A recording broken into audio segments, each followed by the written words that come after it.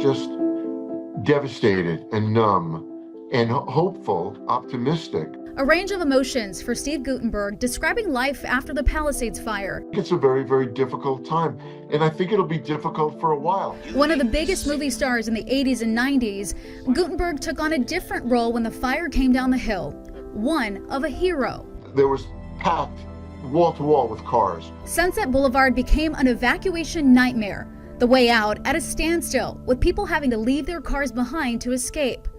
Guttenberg was there. And I saw all the police and fire personnel and the emergency personnel couldn't get through, so I just started jumping in cars that had keys and moving them onto the curb so I could hopefully make a row, a zigzag, so fire personnel could get through. New data and research from INRIX and the University of Maryland confirming what we saw. The road network in the Palisades was overwhelmed by traffic volume. Here's Greg Jordan with UMD. To get out, the people to the south had to go north to Sunset Boulevard, and the people to the north had to come south to Sunset Boulevard. The research shows the Palisades Fire Zone really only offered two main ways out, Sunset Boulevard and PCH, with traffic staying gridlocked for hours after the fire began. Temescal Canyon eventually becoming congested too. The Eaton Fire Zone also experienced traffic. However, the research shows this area handled the traffic volume better, with more streets out, allowing cars to eventually flow into the city grid. Our hope is that this is a tool, a resource in enhancing emergency preparedness in the future.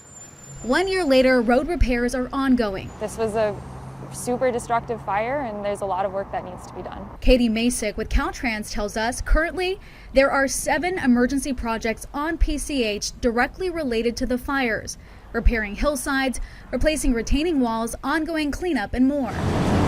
Repairs also continue on Topanga Canyon Boulevard following road and guardrail damage sustained during the fire.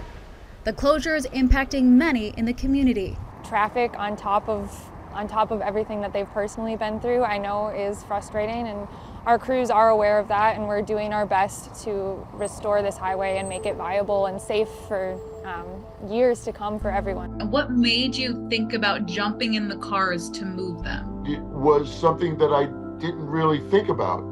I just knew that people needed help. Even though Steve Guttenberg is still in the rebuilding process himself, he's maintaining a positive and optimistic outlook of the future and urges others to keep the hope too. It'll be rebuilt. And in 10 years, there'll be people coming into the Palisades and to Eaton and asking a question and saying, when was there a fire? And that will happen. Kalyna, Astrinos, CBS LA.